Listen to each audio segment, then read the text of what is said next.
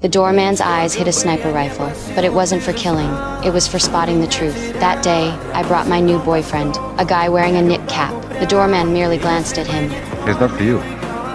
He's a weak man, no self-control. How can you tell that from 30 feet away? You learn a lot about a man through the scope of a sniper rifle. And I thought it was utterly ridiculous, so I made a bet with him. I bet my boyfriend would come back to me. I was sure my performance last night was perfect. He insisted the man would not show up tomorrow. To win, I even texted my boyfriend that night to meet again. The next day, the doorman was right. The man never contacted me again. Soon, I met a new boyfriend, a proper British gentleman. The doorman stayed silent this time. The next morning, he was gone. My heart sank, thinking I had been stood up again. Then I heard his voice downstairs with the doorman. He had gone out to get me breakfast. At that moment, I thought I had finally met the one. The guy downstairs called. I don't like him. What? Teddy.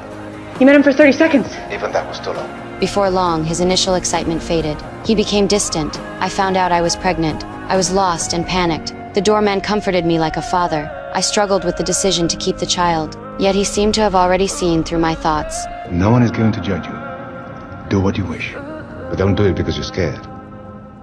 You must own your actions in life. Now get some good sleep. Tomorrow's a brand new day. After some time, I contacted the man. I told him I would have the child no matter what. I would raise it myself in that moment. I realized I had become stronger. One day, I returned from a prenatal checkup with the baby's ultrasound. I showed it to the doorman. He couldn't help but sigh. I've just never seen this type of pictures before.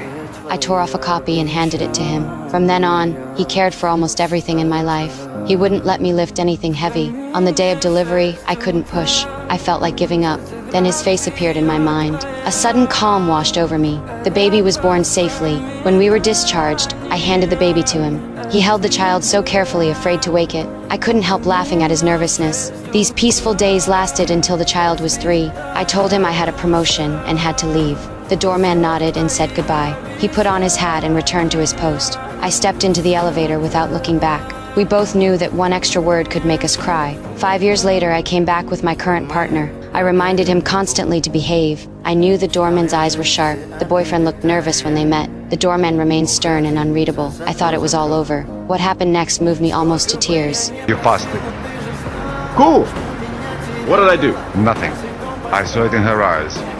The moment I saw her. I knew not everyone is lucky enough to have a guardian like him. Without him, my life might have gone off track. Every choice carries its consequences.